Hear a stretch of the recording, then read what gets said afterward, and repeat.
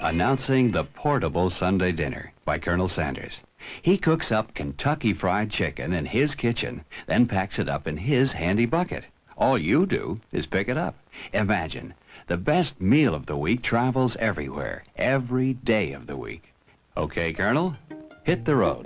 Fried চিকেনকে আমরা যেরকম ভাবে জানি বাইরে ক্রিস্পি এবং ভিতরে জুসি, বেশি দিন আগেও ফ্রাইড চিকেন আসলে এতটা ক্রিস্পি এবং জুসি হতো না। আসলে অনেকের জন্যই এই ফাস্টফুড আইটেমটি বিলাসিতাই ছিল, কারণ এটা বানাতে অনেক সময় লাগতো। কিন্তু হার্লেন স্যান্ডার্স নামের এক ব্যক্তি যে খাবারটি বানাতে 30 মিনিট সময় লাগতো, সেই খাবারটিকে 10 মিনিটে বানিয়ে তার মধ্যে বিভিন্ন রকমের গোপন মশলা দিয়ে মানুষের জন্য অল্প সময়ের মধ্যেই অ্যাভেলেবল করে তোলে। সে আমেরিকাতে হওয়া মহা দুর্ভিক্ষকে সার্ভাইভ করেছে এবং দ্বিতীয় বিশ্বযুদ্ধকেও সার্ভাইভ করেছে। সে সমগ্র আমেরিকাতেই বিভিন্ন ধনাঢ্য ব্যক্তিদের কাছে গিয়েছে যেন তার ফ্র্যাঞ্চাইজি কেউ কিনে নেয়, কিন্তু তার ফ্র্যাঞ্চাইজি কিনতে কারো মধ্যে আগ্রহ হয়নি। প্রায় 1000 বারের অধিকবার রিজেক্ট হওয়ার পরে সে 105 টাকার সরকারি ভাতার মাধ্যমে জীবিকা নির্বাহ করা থেকে কোটি কোটি টাকার ফ্র্যাঞ্চাইজির মালিক হয়। And immediately back in the very back we had 2 bedrooms and a bathroom there, you see. 9 September 1890 সালে হার্লেন একটি কৃষিপ্রধান পরিবারে জন্মগ্রহণ করে। হেনরিভিল, ইন্ডিয়ানা থেকে 3 মাইল দূরেই তার পরিবারের কৃষি খামার ছিল। হার্লেনের বয়স যখন 6 বছর হয় তখন তার বাবা মারা যায়। তার মার কাজ করা ছাড়া কোনো অপশনই ছিল না, তাই হার্লেনের মা দর্জি হিসেবে কাজ করা শুরু করে আর একটা ফ্যাক্টরিতে টমেটো ছিলার কাজ করে। যেহেতু হার্লেন বড় ছেলে ছিল, তাই তার ছোট ভাই বোনের দেখাশোনা তার করতে হয় এবং সারাদিন রান্নাবান্না করে তাদেরকে খাওয়াতে হয়, যেহেতু তাদের মা কাজ করায় ব্যস্ত থাকতে হতো। যখন তার বয়স 7 হয়ে যায় তখন সে ঘরের প্রায় সব খাবার রান্না করতে পারত। এমন অনেক দিন গিয়েছে যখন নাকি সে রাত্র 11টা, সাড়ে 11টা পর্যন্ত রান্না করে তার ভাই বোনদেরকে খাবার খাইয়েছে। যখন তার বয়স 10 হয় একটা ফার্মে তার প্রথম জব পায়। যেহেতু সে একজন ছোট বাচ্চা ছিল, তাই কাজের ফাঁকে মাঝে মাঝে খেলাধুলা করত, আর এ কারণেই তার চাকরি হারিয়ে ফেলে। তার মা তাকে প্রশ্ন করে, তুমি কি জীবনেও কিছু করতে পারবে? তুমি আমার বড় ছেলে আর তোমার বাবা নাই, তোমার উচিত আমাকে তোমার ভাই বোনদেরকে পালতে সাহায্য করা, অথচ তুমি তেমন একটা সিনসিয়ারই না। তুমি মাসে $2 একটা চাকরি ঠিক মতো করতে পারলে না। হার্লেন লজ্জিত হয়ে তার মাকে বলল সে এরপরে চাকরি পেলে আরো অনেক পরিশ্রম করে কাজ করবে। যখন তার বয়স 12 হয় তখন তার মা এমন এক লোককে বিবাহ করে যে কিনা হার্লেন ও তার ভাই বোনদেরকে ঘৃণা করত। সৎ বাবার 1 বছরের নির্যাতনের পর 12 বছর বয়সে সে তার বাসা ত্যাগ করে এবং একটা ফার্মে চাকরি করা শুরু করে। সে সকালে উঠে সকল পশু পাখিদেরকে খাবার দিত, দুপুরবেলা স্কুলে যেত এবং রাত্রের বেলা বিভিন্ন কাজ করে টাকা কামাই করার চেষ্টা করত। প্রায় সময়ই হার্লেন রাত 9টা-10টা পর্যন্ত কাজ করত।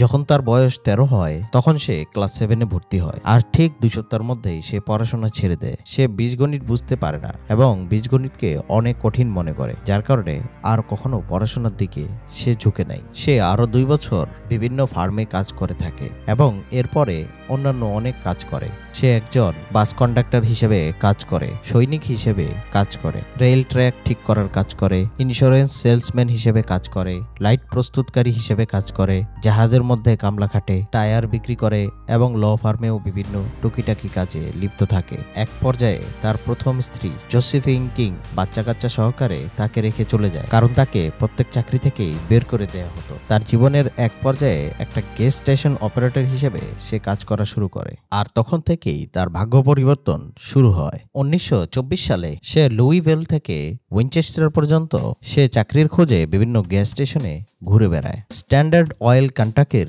জেনারেল ম্যানেজার তাকে চাকরিতে রেখে দেয়। কোম্পানিটি গ্যাস এবং তেল বিক্রি করত। হার্লেন জেনারেল ম্যানেজারকে সব খুলে বলে এবং তার সাথে কি কি হয়েছে, কেন তার কাছে চাকরি নেই তাও বুঝায়। জেনারেল ম্যানেজার তাকে একটা চাকরি অফার করে। নিকোলাসভিলে একটা গ্যাস স্টেশন আছে, সেটা অপারেট করার জন্য একজন কর্মীর প্রয়োজন। হার্লেন কি সেই কাজ করবে কিনা জিজ্ঞেস করা মাত্রই হার্লেন হ্যাঁ উত্তর দেয়। হার্লেন জয়েন করার পর শুরুতে ব্যবসা অনেক কম ছিল, কারণ কাস্টমাররা এর আগে যেই লোক এই স্টেশনকে রান করত তার প্রতি লয়াল ছিল। টাউনের মধ্যে এমন কিছু লোকও ছিল যারা তার স্টেশনের দিকে ঘুরে কখনো তাকাতও না। এজন্য হার্লেন সিদ্ধান্ত নিল কাস্টমার সার্ভিসে অনেক ভালোভাবে গুরুত্ব দিতে হবে এবং সবাইকে কিছু না কিছু অতিরিক্ত উপহার দিবে। সময়ের সাথে সাথে সে প্রত্যেক মাসে $12,000 পর্যন্ত গ্যাস বিক্রি করে কামাতে শুরু করলো, যা কিনা এর আগে যত মানুষ এই স্টেশনে গ্যাস বিক্রি করেছে তার থেকে 3 গুণ বেশি। কিন্তু তার ভাগ্য আবারও খারাপ হয়ে যায় যখন নাকি মহা দুর্ভিক্ষ আমেরিকাতে আঘাত করে। ব্যবসা একদম খারাপ দিকে চলে যায় এবং মাস শেষে স্টেশনের ভাড়া দিতে তার সব টাকা শেষ হয়ে যাচ্ছিল। সে বুঝতে পারে এই চাকরি রেখে আর কোন লাভ নেই, এই জন্য সে চাকরিটা ছেড়ে দেয়। ভাগ্যবশত দুর্ভিক্ষের পর আরেকটি অয়েল কোম্পানি শেল কর্বিন কান্টাকিতে অবস্থিত একটি গ্যাস স্টেশন পরিচালনা করার জন্য আবারও অফার করে। সে বুঝতে পারে এই মাধ্যম ছাড়া সে আর কোনোভাবেই টাকা কামাতে পারবে না, এজন্য সাথে সাথে রাজি হয়ে যায়। 1930 সালে সে কর্বিনে পরিবার সহ এসে পড়ে। বাড়তি ইনকামের জন্য সে মাঝে মাঝে খাবার রান্না করত এবং 6 জন বসার মতন সিটিং অ্যারেঞ্জমেন্ট ব্যবস্থা করে। শুরুর দিকে সে তেল বিক্রির পাশাপাশি সবজি, বিভিন্ন তরকারি, বিস্কুট আরো অন্যান্য আইটেম মানুষের জন্য অ্যাভেলেবল করে, কিন্তু পরবর্তীতে সে ফ্রাইড চিকেন মেনুর মধ্যে অ্যাড করে এবং ফ্রাইড চিকেন তার মোস্ট সোল্ড আইটেম হিসেবে পরিচিতি লাভ করে। তার জীবনীতে কলোনেল স্যান্ডার্স লেখেন, আমি বিশ্বাস করি ফ্রাইড চিকেন হলো নর্থ আমেরিকার মেহমানদেরকে খাওয়ানোর স্পেশাল ডিশ, আর এই বিষয়টাকে আমি অনেক বেশি গুরুত্ব দিই। 1937 সালে তার খাবার এত বেশি পপুলার হয়ে যায় যে মানুষের মুখে মুখে এই খাবারের প্রশংসা অনবরতই হচ্ছিল। এই ধরনের ওয়ার্ড অফ মাউথ মার্কেটিং এর কারণে অন্যান্য স্টেট থেকেও তার খাবার খাওয়ার জন্য লোকজন আসতেছিল। এই কারণে সে তার ব্যবসাকে বৃদ্ধি করে অয়েল স্টেশনের পাশেই একটি বড় হোটেল ও খাবার ব্যবস্থা করে। ঠিক এই সময় সে অনেক বড় একটি সমস্যার সম্মুখীন হয়। সে চিকেনগুলোকে অল্প সময়ের মধ্যে রান্না করে দিতে পারতেছিল না। একজন কাস্টমার এসে অর্ডার করার পর 30 মিনিট বসে থাকতে হচ্ছিল তার খাবার সামনে পাওয়ার জন্য। সে যদি আগে থেকেই ফ্রাইড চিকেন ভেজে রাখত তাহলে ব্যবসা শেষে প্রতিদিন তার অনেকগুলো ফ্রাইড চিকেন ফেলে দিতে হতো। স্যান্ডার্সের সামনে শুধুমাত্র একটা পন্থাই বাকি রয়ে গেল, আর তা হলো চিকেনগুলোকে ডিপ ফ্রাই করা। কিন্তু ডিপ ফ্রাই করলে চিকেনগুলোর উপরের দিকে ক্রিস্পি হতো না আর ভিতরের দিকে তেমন একটা জুসি থাকতো না, অর্থাৎ ড্রাই হয়ে যেত। কিন্তু তখন প্রেসার কুকারের আবিষ্কার হয়, আর সেই প্রেসার কুকার দিয়ে সে সবজি রান্না করার সময় সে নতুন একটা আবিষ্কার করে ফেলে। সে চিন্তা করলো এই নতুন আবিষ্কৃত প্রেসার কুকারের মধ্যে ফ্রাইড চিকেন ভাজলে কেমন হয়। সে অনেকগুলো এক্সপেরিমেন্ট করার পরে একটা সুন্দর ব্যালেন্সের মধ্যে আসতে পারে, যেখানে ঠিক তাপমাত্রা এবং প্রেসারের মধ্যে প্রেসার কুকারের ভিতরে ফ্রাইড চিকেনগুলোকে ক্রিস্পি এবং ভিতরটা অনেক জুসি করে অল্প সময়ের মধ্যেই তৈরি করা যাচ্ছে। প্রেসার কুকারে রান্না করার কারণে চিকেনের ফ্লেভারগুলো ভিতরে সিল হয়ে যায়, আর চিকেনের ভিতরের পানি ভিতরে ধরে রাখতে পারে, যার কারণে ভিতরে জুসি হয় আর বাহিরের ক্রাস্টে তৈলাক্ত ভাবটা আর থাকে না। এভাবে রান্না করার ফলে 30 মিনিটের চিকেন শুধুমাত্র 8 মিনিটে রান্না করা যাচ্ছিল। ওই সময় সে তার চিকেনের মশলাগুলো ফিক্স করার চেষ্টা করতেছিল। সে শুরু করে লবণ এবং গোলমরিচের গুঁড়া দিয়ে এবং তারপরে আরো অনেকগুলো মশলা অ্যাড করে এবং নিজের একটা মিক্স তৈরি করে। তারপরে এমন একটা দিন আসলো যেদিন সে 500 ফ্রাইড চিকেন মিলের অর্ডার পেল। যেহেতু অর্ডারটা তার রেগুলার কাস্টমারের জন্য ছিল না, তাই সে চিন্তা করলো নতুন একটা মশলা ব্যবহার করা যায়। ফলস্বরূপ সেই ব্যাচটা হয়ে উঠে তার জীবনে বানানো সবচেয়ে বেস্ট ফ্রাইড চিকেন। এই জন্য সে এই মশলাটাকে ফাইনাল করে ফেলে এবং তাকে নাম দেয় the secret blend of 11 spices and herbs.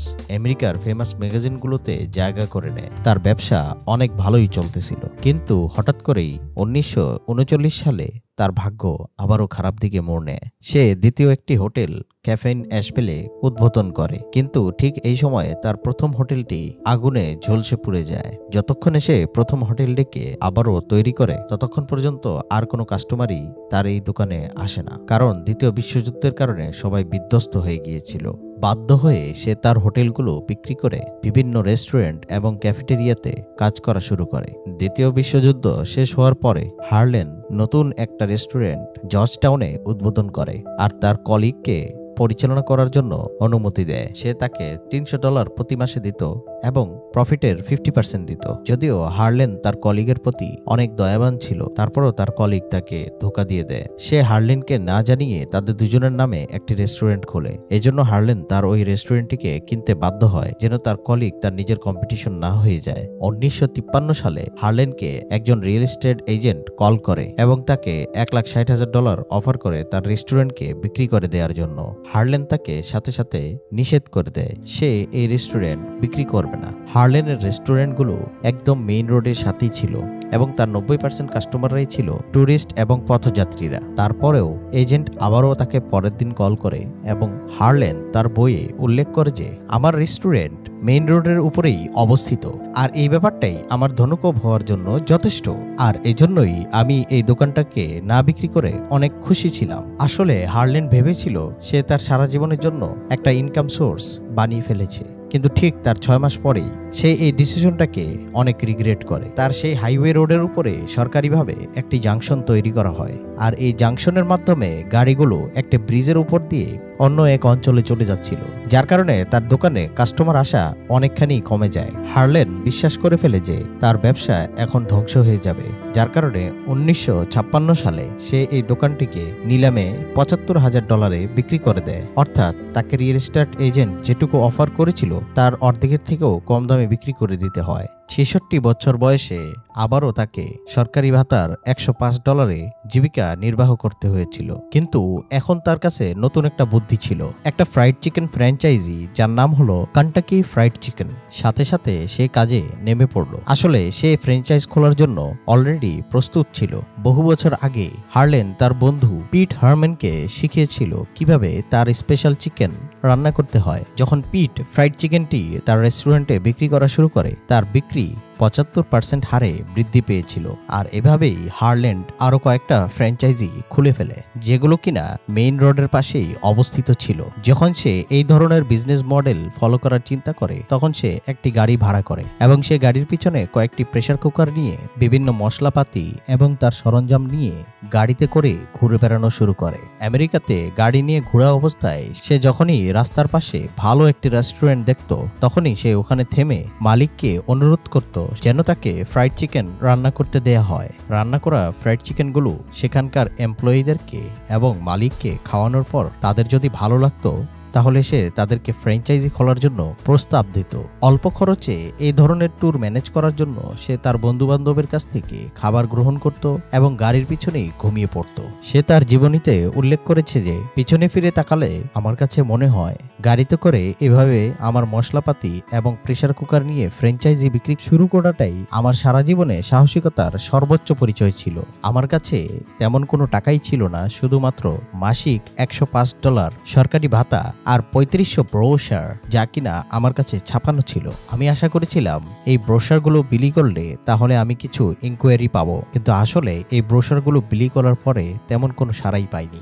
আর এ কারণেই আমি আমার গাড়িতে করে আমার ফ্রাইড চিকেন ফ্র্যাঞ্চাইজি বিক্রি করতে শুরু করে দিই। সে সময় থেকে বেশ কয়েক বছরের মধ্যে হার্লেনকে আর এরকমভাবে ট্রাভেল করে তার ফ্র্যাঞ্চাইজি বিক্রি করতে হয়নি, বরং ফ্র্যাঞ্চাইজি ক্রয় করার জন্য মানুষ তার কাছে যাওয়া শুরু করে। সে সকল প্রকারের অফিসিয়াল কাজকর্ম এবং বুককিপিং দেখে।